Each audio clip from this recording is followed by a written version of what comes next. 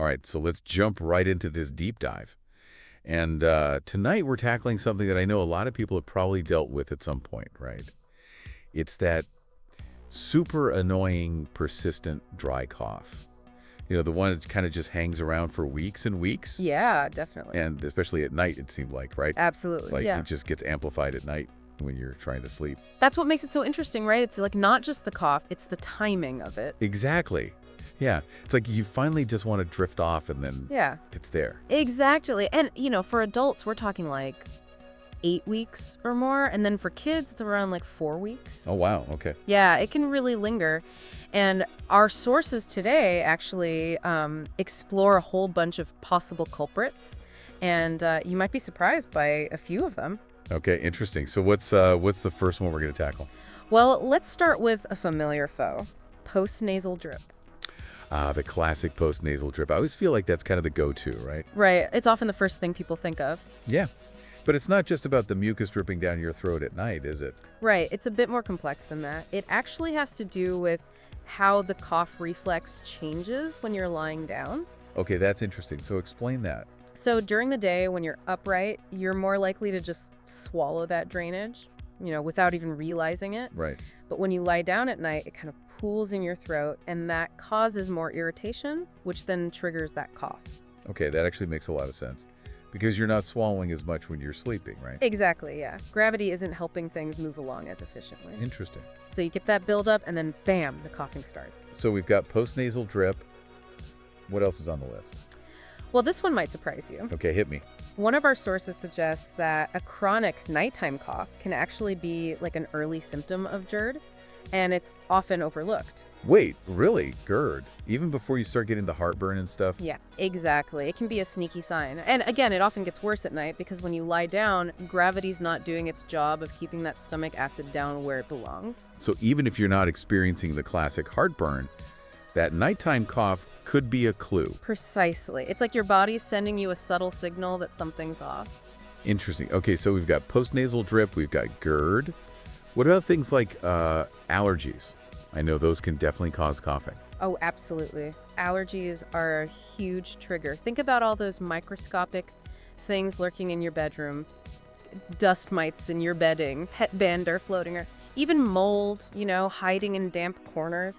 All of these things can trigger a cough, especially at night.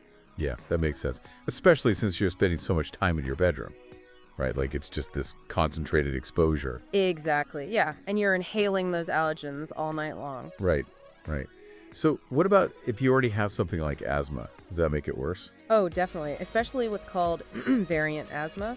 So in those cases, you might notice your cough gets worse when it's cold out or when you're exposed to those allergens we talked about. Okay, so we've got allergies, we've got asthma. Anything else on the list? Don't forget about the lingering effects of a cold or flu. Oh yeah, that's the worst. It is like you finally kick the virus, you think you're in the clear, but then that cough just won't quit. It's like your body needs a little extra time to catch up. Right, like it forgets it's not sick anymore. Exactly. So what's going on there? Well, even when you feel better overall, you can still have some lingering inflammation in your airways. It takes time for that to fully subside. So it's not just in our heads, it's actually a physiological thing. Okay, so we've got postnasal drip, we've got GERD, allergies, asthma, lingering effects of a cold or flu.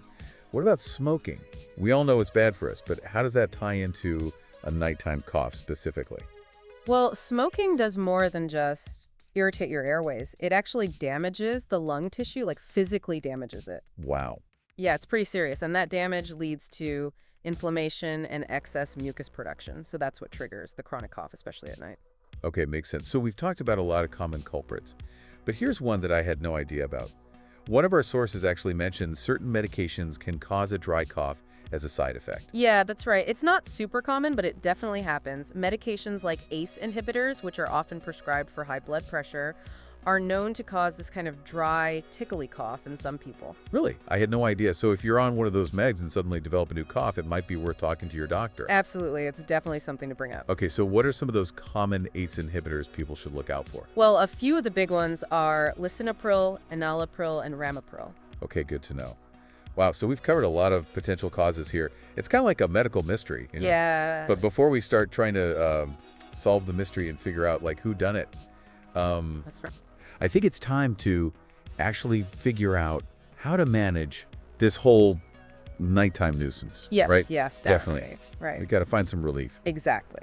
Okay, so, wow, going through all those potential causes, it really just hits you like how everything is so interconnected in our bodies. Oh, for sure. It's like, one problem can kind of just set off this whole chain reaction. Absolutely. Yeah, it's rarely just one thing. Right. Like take allergies, for instance.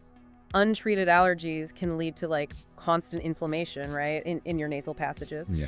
And then that triggers postnasal drip, and then bam, you're coughing all night long. It's like a domino effect almost. Exactly. So you can't just treat the cough itself. You kind of got to figure out the root cause of it, right? You got it. And that's where it gets a bit tricky, right? Right.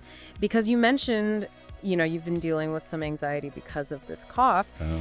And, well, some research actually suggests that anxiety itself can make that cough reflex worse. Oh, really? Wow. Wow. So it creates this awful cycle. Like, you're anxious about the cough, the anxiety makes the cough worse, and then, Round and round you go. Yeah, exactly. So I was curious, have you noticed that happening at all? Now that you mention it, I feel like the more I worry about coughing, the worse it seems to get. Especially when I'm like trying to fall asleep. That's the mind-body connection in action. Wow. Fascinating stuff, but also really frustrating when you're actually caught in that loop. Yeah, for sure. Okay, so addressing that anxiety is important. Mm-hmm. But before we get into all of that, one of our sources mentioned something called hypersensitivity. What is that? So cough hypersensitivity, it's like your cough reflex is basically an overdrive. So the airways get so irritated from the constant coughing that even the tiniest little trigger can set off another coughing fit. Oh, yeah. Like a change in temperature or maybe a little bit of dust. So even after like the initial cause of the cough is gone, the coughing itself can kind of become the problem.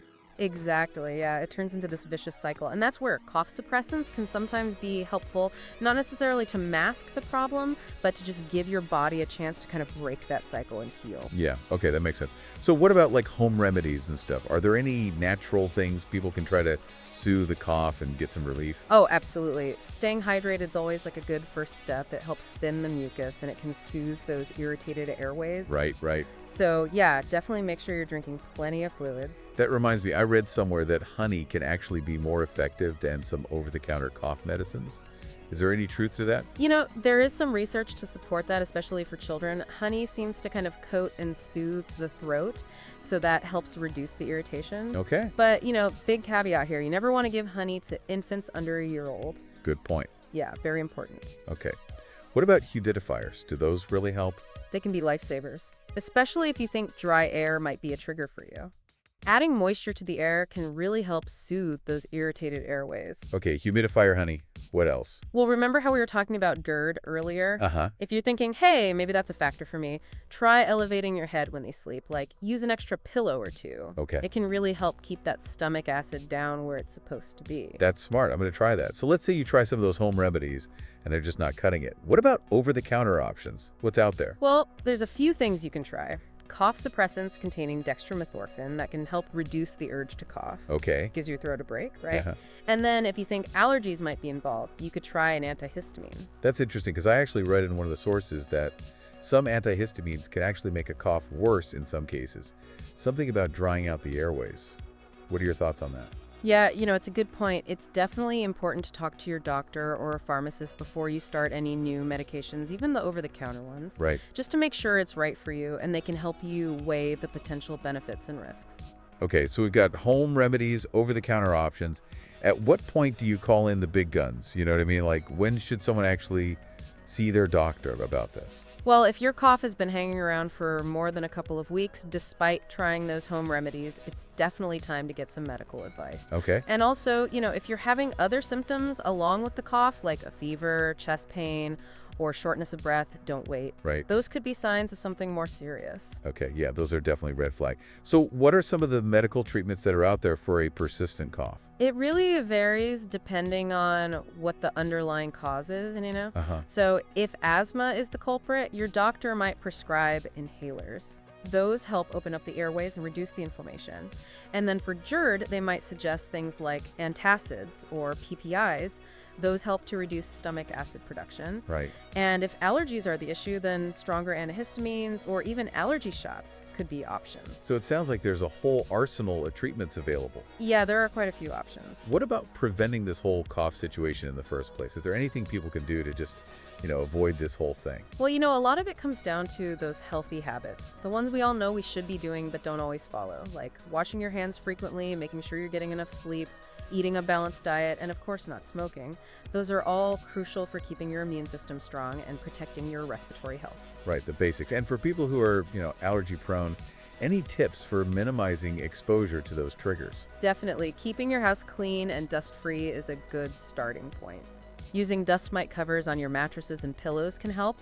Washing bedding in hot water regularly, and even investing in an air purifier can make a big difference. Yeah, I've heard those could be really helpful. And of course, for people with asthma, working closely with your doctor to manage it and keep your symptoms under control is key. Absolutely, that's essential. It's all about being proactive and just taking care of yourself. Well, I feel like we've covered a lot of ground tonight. Yeah. From postnasal drip to GERD to cough hypersensitivity. We've really explored this whole nighttime cough situation. We have. But before we wrap things up completely, we want to leave you with some final thoughts and resources. So we've explored so much tonight, right? From all those common culprits, like you said, postnasal drip, to the surprising connection between a dry cough and GERD. But now that we've kind of laid out all the pieces of this puzzle, like how do we actually put them together and get some relief? Well, the first step is really to become your own health detective.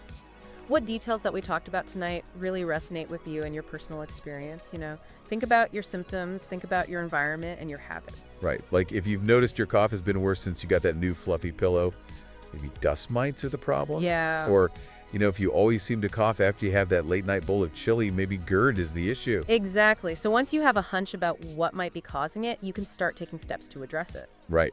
Remember, knowledge is power, but only if you use it. Yeah. So what jumps out at you as a possible explanation for your cough? That's a good question to ask yourself. Yeah. And even if you think you've kind of cracked the case, it's always a good idea to check in with your doctor, right? Absolutely. Especially if your cough is severe or it's hanging around for more than a few weeks. Right. They can help confirm your suspicions, make sure it's not something more serious and guide you towards the best treatment. Exactly. And don't forget about all those simple home remedies we talked about too. Staying hydrated, using a humidifier, elevating your head at night. Yeah. These are all things that you can do right now to potentially ease your cough and get a better night's sleep. And one other thing that really resonated with me through all the research was that idea of managing your stress and anxiety. Yeah. We often underestimate how much our mental state can affect our physical health, Right. So taking time to unwind, relax, practice some self-care, that can be just as important as any medication or treatment. So true. Like sometimes all your body needs is a little TLC and a break from everything. Well said. Remember, you don't have to suffer in silence. Yeah. There are solutions out there, and we really hope this deep dive has given you the knowledge and the motivation to find what works best for you. I think so. Yeah. We've covered so much ground tonight, and I have to say, I'm feeling a lot more optimistic about finally conquering this nighttime cough. Me too. It's amazing what a little knowledge and a good night's sleep can do, right? Seriously. So to all of our fellow cough sufferers out there, sweet dreams. Here's to waking up feeling refreshed and ready to take on the day. Until next time.